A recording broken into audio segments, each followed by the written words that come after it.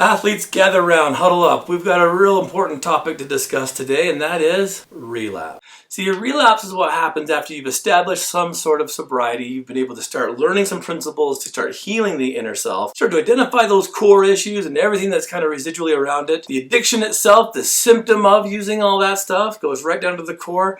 You begin to start dealing with that kind of stuff, but then you hit a wall. You hit a roadblock. The number one cause of relapse? Stress. Every time. So just live a stress-free life and you'll be just fine, right? Not so fast. Because see, we can't really eliminate stress in our lives because there's really good things with stress too. There's positive stress just like there's negative stress. But instead of bogging yourself down with the traditions that I'm sure you've learned about how relapse is part of recovery, it's not. I get why they say it because it's pretty inevitable that it could possibly happen, but it's not part of your recovery. It doesn't have to be.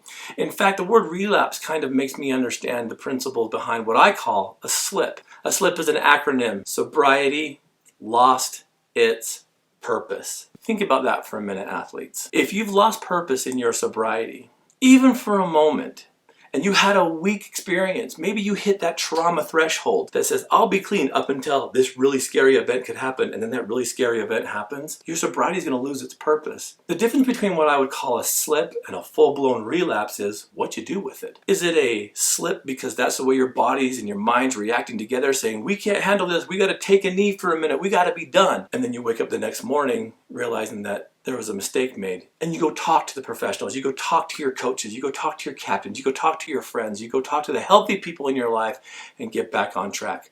By no means would I say that your sobriety is over at that point. By no means would I say, well, looks like you got to start your days over, go back to zero. Baloney. If sobriety loses its purpose, it gotcha.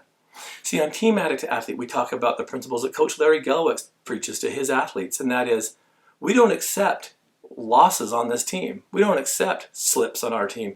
If sobriety loses its purpose and you lost your battle to addiction, you didn't give it everything that you had. You left some out on the playing field. You still had a reserve, and you still had the coordination of your staff, your coaching, your friends, your teammates that you didn't use. You left some in the tank. But we understand getting beat. And getting beat means there's going to be an opponent out there stronger than you. There's going to be that trauma threshold, that one part that's like, I'm going to be able to be clean, but if I lose my kids, if something happens with a family member that results in death, I don't know how I'm going to handle that. That trauma threshold that you've identified, and you get beat because it was unexpected. I understand the slip then. Sobriety does lose its purpose. And getting beat and having a loss are two very different things.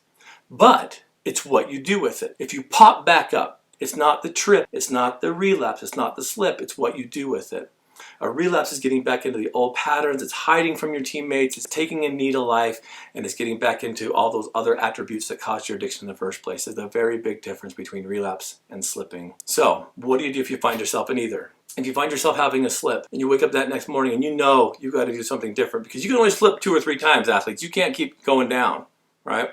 You can't have a slip every weekend, but if sobriety loses its purpose, even for a moment, and you hit the deck, it's time to reach out to Coach Blu and all of our other athletes on Team Addict II Athlete. If you've relapsed, maybe it's time to take a knee from the team for a little bit and go back and reevaluate, get some professional help from Coach Blu or a treatment center in your local area or a therapist in your local area. Because the one thing we don't want you to do is surrender your sobriety to that trauma threshold.